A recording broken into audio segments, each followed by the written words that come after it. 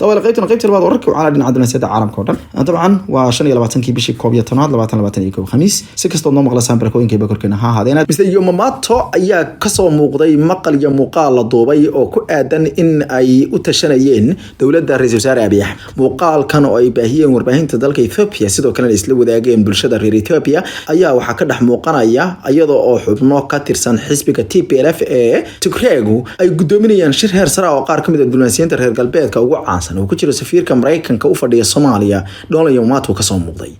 waxa sidoo kale kamid ah madaxii hore ee kaaliyaha xogayaha gaashaandhigga dalka Mareykanka arrimaha Afrika Vicky Anderson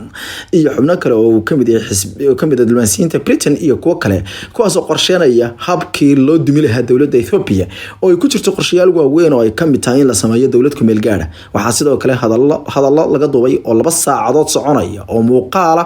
ay muujinayaan iyadoo oo meesha lagu canaananayo madaxweynihii hore ee dalka Nigeria Olusegun Obasanjo kaasoo lagu tilmaamayo in uusan u fulin danihii loo maday ee ku aadanaa daadajinta wax loogu yeeray qorshayaasha iyo hirgelinta kuwa waaweyn ee afka ciidda loogu dari lahaa Abiy Ahmed qorshaha ay isla maleegayaan ayaa waxa kamid ah sidii loo taageeri lahaa loona badbaadi lahaa hadii ay qiir arintu ka noqoto ayaa la kooxdan arrimahan oo dhan ayaa imaanaya iyadoo dawladda dalka Ethiopia ay doonayso in ay muujiso sida reer galbeedku uu dalkeeda doonayo inuu uga yeelo meel ay ka taliyaan hadii kale afka ciidda u daraan si kastaba ha noqotee arrintan ayaa waxay noqon kartaa arrintii ugu ballaadhneed ee dhinaca fadeexadda ah ee dhalisa qadiyad 15 bishii November ayaa la fahansan yahay inay ahayd ayaa la kulankan markaas sirta ah sida ay sheegayso warbaahinta wakaaladda Ethiopian News Agency Fana dalka Masar waxa ka bilowday halkudheg lagu amaanayo bilyaneerka Naqub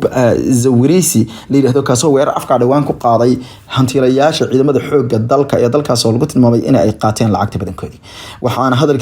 hadalkudheg ahaa inaan tartan xaq u ka dhici karin goobaha dhinaca ganacsiga iyo marka ay noqoto arrimaha hanashada kontraktiyada ama qandaraasyada waaweyn aysan la tartami karin kuwa militarigu wataan waayo militarigu cashuur ma bixiyaan ayuu sida daradeedna annaga maadaama cashuurna laga rabo ma bixi karno adeegyada ay bixiyaan oo ah in mid ka hooseeya kaanada isagoo markaas shir jira kala hadlayay wakaaladda wararka AFP xarunta ku taala badda cas gurigiisa ku yaala lagu raaxaystay badda cas ku yaala Elguna ayuu sheegay in arrintaas dhibaato tahay haatanna kumanaan kun oo qof oo reer Masar ayaa waxay soo saareen #ay leeyihiin military lacag loo dhaafay taasoo ka dhigan in cashuur bixiyaal aysan hayn military ninkan ayaa markii hore waxa saaxiib dhow la ahaa maamulka Abdel Fattah al-Sisi kadib markuu kamid ahaa dadka afka ciidda u daray maamulkii Ikhwaanul Muslimiin sanadka 2013 kolkii uu furay TV loo yaqaanay On TV kaasoo 2007 kolkii uu furay ilaa waqtiga uu olole ku hayay ururka Ikhwaanul Muslimiin oo ku tilmaamayay inay yihiin urur dhinaca argixisada u janjeera oo si hadalka u dhigi jiray Mareeshiyana waxa ay diiday in ay siiso dalkugal qaar kamid ah ciyaartooyga ciyaara kubadda gacanta ee tenniska loo yaqaano oo shayr lagu ciyaaro ama sidoo kale squashka la yiraahdo ayaa u diiday in dalkeeda yimaadaan dadka reer Israa'iil ciyaartooyga reer Israa'iil waxa ay sheegtay in ciyaarta dhici doonto bisha December 7 ee Kuala Lumpur lagu qaban doono aysan ogolaa doonin inay ku soo dhaweyso dalkeeda ciyaaryahanada ka socda qaybta ragga ee loo yaqaan The Men's World Team Squash Championship kaasoo lagu qaban doono bisha December 7 dalkaasi wasiirka wasaaradda arrimaha dibadda ee dalkaasi Malaysia ayaa dhawaan wuxuu hadal ku tilmaamay gaf iyo qadaf oo ay geysatay Israa'iil kolka Israa'iil warbaahinteeda qaarkood ay taliyeen iyagoo xiganaya saraakiil dalkooda ah in ay Malaysia qarka u saaran tahay in heshiis la saxiixato dhinaca diblomaasiyadda ah Israa'iil Sayfuddin Abdullah waxa uu ku tilmaamay hadalkaasi mid waxba kama jiraan isagoo sheegay in gabi ahaanba uu yahay tareenka dhinaca caadiyeynta Israa'iil tareen lagu taageerayay sahnooniyada sida daradeedna aysan Malaysia fuuli karin waa soo hadalka u dhigay dhanka kalena dawladda Urdun ayaa waxay gashay heshiis la sheegay in la hoosgeliyay kadib markii dalka isku tagay Imaaraadka Carabta ay ku saxiixday heshiis la sheegay in uu sii doono quwad dhinaca korontada ah dhulka Israa'iil ay ka qabsatay Falastiin ee la dhisay isla markaana la boobay sida ay wararku sheegayaan wargeyska walla la yiraahday afka dheer ee ka soo baxa dalka Israa'iil uu tibaaxayo heshiiskan waxa kala saxiixday 3 shirkadood oo 3 geesooda iyadoo shirkadda waalidka ay tahay shirkad Dubai laga leeyahay taasoo iyadu fuli doonta qorshaha solarka ugu ballaaran lagu dhigayo ama laga dhisayo saxaraha dalka Urdun laakiin wararka qaar ayaa sheegaya in shirkadda reer Urdun ay ku bedelatay biyaha inay ka hesho biyo nadiif ah dalka Israa'iil oo ay ku yar yihiin iyaga hadii yihiin Urduniyiinta biyaha ay helaan in mid ka mid ah dadka khubarada ah ee arrimaha dhinaca tabarta bartay Dr. Salah Al-Nami oo kasoo jeeda dalkaasi Falastiin asal ahaan hase yeeshee degan Urdun ayaa ku tilmaamay in Urdun lagu qiyameeyay heshiiska Urdun dhawaan u baahid markii warqada dhiiga ay u dirtay dalka Britain ayna kaga cabatay sida ay Britain ay ugu markaasi degan tahay aqoonsiga argagixiso inay ka dhigto Hamas taasoo ay ku tilmaantay mid loogu helinayo iyo sahnuniyada sidoo kalena ay yiraahdeen waxa dhaxda laga jabinayaa dadka iyo dalka reer Falastiin waana duulaan carabta oo dhan lagu soo qaaday iyadoo taariikhaha dhinaca ay marba ay qormayaan reer galbeedka oo marar badan dalalka caalamka kale iyo kuwa islaamka ku cadaadiya inay dumarka awoodda siiyaan dalka Sweden taqaanin markii ugu horeysay ayaa haweeney noqotay ra'iisul wasaare inkastoo dalalka kale ee ku agdhow oo dhan ama dalalka Nordics loo yaqaan ama Nordic loo yaqaan kooxda la isku yiraahdo dalalka waa Finland, Denmark, dalka Norway iyo Iceland ay dumaro hore u soo xukumeen ama ay ra'iisul wasaare ka yihiin qaarkood haddana waxa ay noqotay Sweden markii ugu horeysay taariikhda iyadoo loo magacaabay gobolada Magdalena Andersson inay noqoto ra'iisul wasaare ugu horeeyay ee haweeney ah ee dalkaasi ka noqota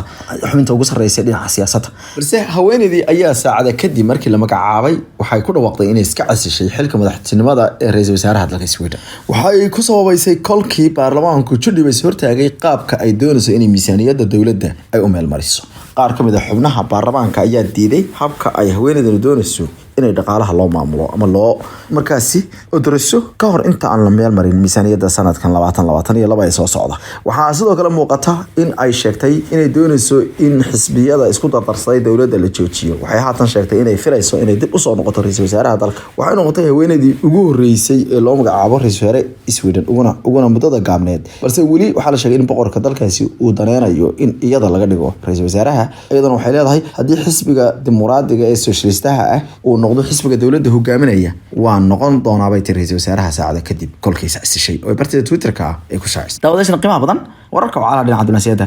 qodobo warbixino waaweyn haatan aan fiirino in aan israacino wararka la xiriira arrimaha ra'iisul wasaarayaasha ee dalalka Yurub oo dhan hal mare ee dalka Jarmalkana haweeneydii 16 sanadood xukumaysay maalmaheedii waa soo idlaadeen Angela Merkel waa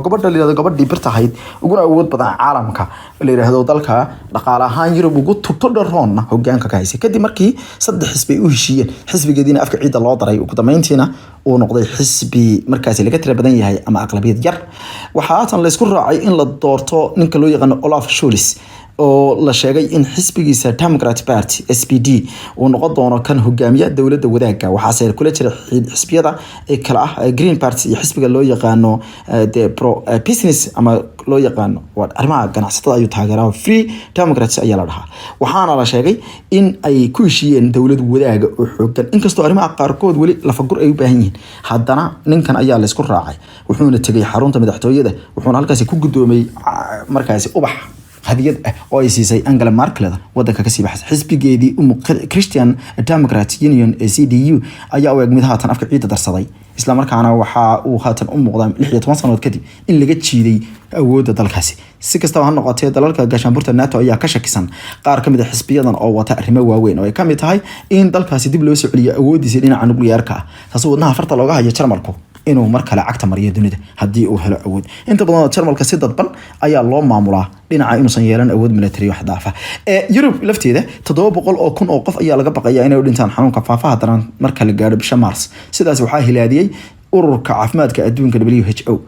waxay sheegtay in ay u muuqato in dalalka reer Yurub ay afka ciida darsan doonaan iyadoo dad badan ay talaalka diideen kuwa kalena ay diidan yihiin habka dhinaca isxakameynta iyo isxayiraad waxay sheegtay in arrintaas laga hortagi karo kaliya habka ay yiraahdeen loo dhowro fayadhowrka kala fogaanta iyo afjeebka oo ay ku tilmaameen dhamaantood inay ka qayb qaadan doonaan Yurub waxay ka mid tahay meelaha uu xanuunku dhulka ku jiiday 1.5 milyan oo qof ayaana u dhintay xanuunka faafaha daran 1,500,000 oo qof waxayna sheegtay hay'adda WHO haddii ay dadku qaataan arrimaha ka hortagga leh ee ka mid tahay inay isku celceliyaan talaalka iyo inay talaal dheeraad sii qaataan inay ka hortagi karaan 160,000 oo markaas dhimasho ah xilliga intuusan bilaaban ay yiraahdeen gug waxa intaas ku dareen inay sii socon karto dhibaatooyin kale oo ka dhasha dalalka qaarkood ayaa dirba waxa la sheegay in cisbitaaladu ay buuxdhaafayaan cisbitaalada qaarkood ayaa laga baqayaa la yiri inay afka ciida darsadaan xana dalal badan loogu baaqaya inay haatan ay diyaarsadaan habkii ay isku bambaani lahaayeen hadii noqoto Bangladeshna banaanbaxyo waaweyn ayaa soo qaban qaabiyeen xisbiga ra'iisul wasaarihii hore ee xayira ee qabran ee loola jiray Khalida Sia oo 10 sanadood xariga ku xukuman isla markaana ula soo dirsay xanuuno kala duwan ayaa taageerayaasheedu waxay isugu soo baxeen magaalooyinka dalkaas iyagoo dalbanaya in Khalida Sia oo 76 jir ah horeyna hogaamiyana ka xisbiga Bangladesh Nationalist Party BNP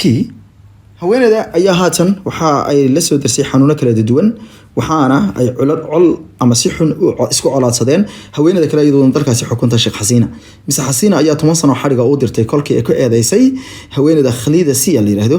in ay ka qayb qaadatay olole dhinaca xatooyo baahsan iyo musuqmaasuq si kastaba ha noqotay xogayaha guud ee ururkaasi Ulada Mirza Fakhru Islam Al-Maqdiri ayaa waxa uu sheegay in gabadhaasi ay xanuuno waaweyn la soo dirseen sida daradeedna u baahan tahay isbitaal dibadda waxa horay maxkamad uga mamnuucday in dibadda loo diro ama ay safri karto dhakhtarkeeda gaarka Dr. Saahid Hussein ayaa waxa uu haatan u sheegay in gabadhaasi ay qabto xanuuno dhinaca beerka oo sii darsanaya wadnaha iyo waliba xanuuno kale oo la xiriira sonkorow ama macaan sida daradeedna ay u baahan tahay in dibadda loo qaado dalkaasi ayaa haweeneyda xukunta oo aabaheed u kamid ah asaasayaashii dalka waxay ku haysaa gacan bir hase yeeshee haweeneyda lafteeda haatan xidhan ee 70 jirka